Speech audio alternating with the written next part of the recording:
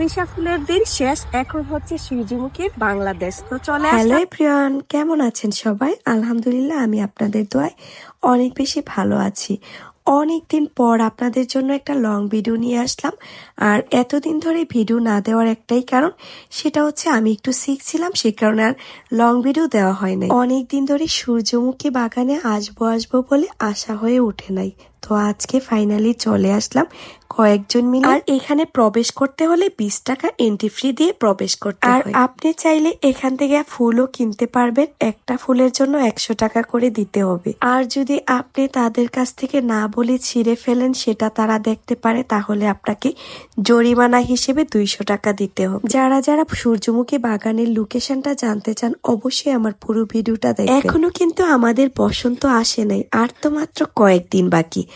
প্রাকৃতিক সৌন্দর্যের দিক থেকে বসন্তই আমাদের দেশের শ্রেষ্ঠ ঋতু। আর এই জন্যই কিন্তু এই ঋতুকে বলা হয় ঋতুর রাত। বসন্ত আসে নতুন প্রাণ, নতুন উৎসাহ উদ্দীপনা নিয়ে।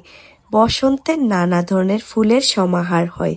আর এই বসন্তকাল কে না পছন্দ করে বলেন তো? শীতের রুক্ষতা শেষে বসন্ত আসে নতুন প্রাণ। আর এই সময়ের আবহাওয়া থাকে অত্যন্ত আরামদায়ক। সূর্যমুখী ফুলের মাঝে মৌমাছি বসে মধু খাচ্ছে, এইরকম একটা দৃশ্য সরাসরি দেখতে কার না ভালো লাগে বলেন তো? বাবা, তুমি কোথায় আসছো?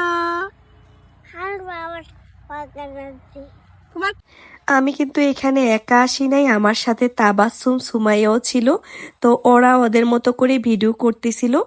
আর আমরা যেহেতু দুপুর টাইমে গিয়েছিলাম, ঠিক 12টা 12:30টার দিকে, তখন অনেক অনেক বেশি রৌদ্র ছিল। রৌদ্রের জন্য তাকানোই যাচ্ছিল না। যে মোবাইলের দিকে তাকানোই যাচ্ছে না, কোনো রকম করছি। আর যারা যারা লোকেশন জানতে চাও অবশ্যই কমেন্টস করো।